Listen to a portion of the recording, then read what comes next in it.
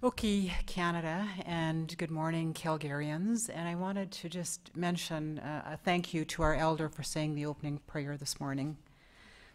I think I speak for most Calgarians when I say we feel privileged to live in such a young and vibrant city, a multicultural city with a history that embraces arts and culture, a city with rich landscapes, open spaces, lovely sandstone buildings, friendly neighborhoods, and that we are blessed to have our beloved foothills and Rocky Mountains in our backyards.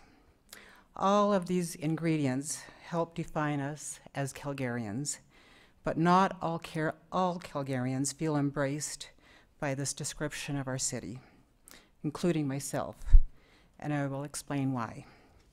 About 3 years ago, I went on a staff retreat to learn about Calgary's history. We spent the morning touring early neighborhoods, looking at buildings and architecture, learning about Calgary's first settlements, and how our first community developers built the city.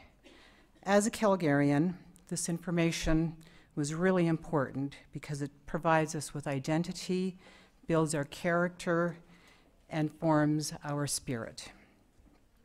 But as the tour went on, I felt there was some critical information missing: the history of the Blackfoot people and the history of Treaty 7.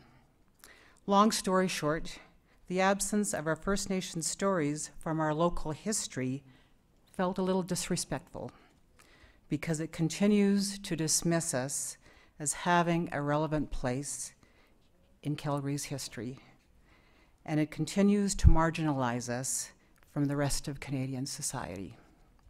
What most Calgarians don't know about Calgary is it is situated in the heart of our traditional lands of the Blackfoot people.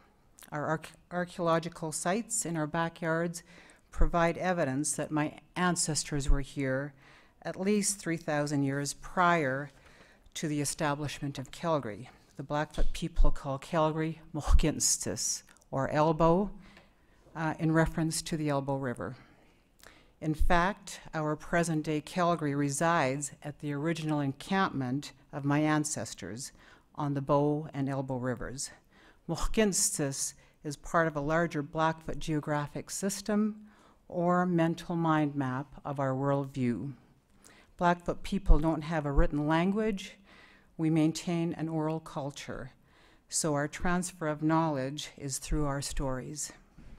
As stories from our elders unfold about Mohkinstis, it makes me aware of our history in Calgary and how my ancestors who traveled throughout this territory for centuries helped to inspire and shape what is now known as Calgary. As the stories take shape, they bring new life and meaning to our city. As we hear and understand the significance of our buffalo kill sites, as we hear about our medicine wheels, and as we acknowledge why we have roads and parks named in honor of the people of Treaty 7, and I'm talking about Crowchild Trail, Blackfoot Trail, Stony Trail, we should know the history of these names and how they came to be. I have started to realize the significance of my ancestors and the blueprint they left behind. This is what makes Calgary so special and unique to me. The Northwest Mounted Police arrived in this area around 1875 to open up the West for newcomers. This was a period of transition for the Blackfoot people and their allies, the Tsuut'ina and the Stoney people. On September 22nd, 1877, the making of Treaty 7 was made between the Crown, the Piikani, the Kainai, the Tsuut'ina, the Siksika, and the Stoneys. And life thereafter was never the same for us. This was the beginning of our reserve life. This piece of history has rarely been told, but it is a core piece of our Calgary's history. When we describe our territory in contemporary conversations, we still identify with Mohkinstis as part of our traditional territory because we still have a strong cultural connection to our land. Our elders continue to remind us that Mother Earth sustains our life, and we have a sacred connection to it. If you've ever heard the term ways of knowing, we are talking about our natural order of life and a constant connection to a natural cycle. We believe this way of life is provided to us by Creator, and we believe that we are gifted with places to practice our culture and our spirituality. That is why our land base is so important to us and our sustainability. As many of you know, Calgary just completed their year-long celebrations as the 2012 Cultural Capital of Canada. And the making of Treaty 7 is the legacy project. After 136 years post-treaty, we want to tell the story of Treaty 7, and we want all Calgarians to be involved in that story, because this is a treaty not only for First Nations people, it is a treaty that requires the participation of all Calgarians. The Making of Treaty 7 project will use arts and culture as an engine for transformation towards a sustainable future for all of us. It is a project that works towards the reenactment of the events that took place at Blackfoot Crossing in 1877, and about how different cultures coexist, so that we all have an understanding and appreciation for our shared history. This project will explore how every Canadian benefits from these privileges and the responsibilities set out for all partners who belong to the treaties.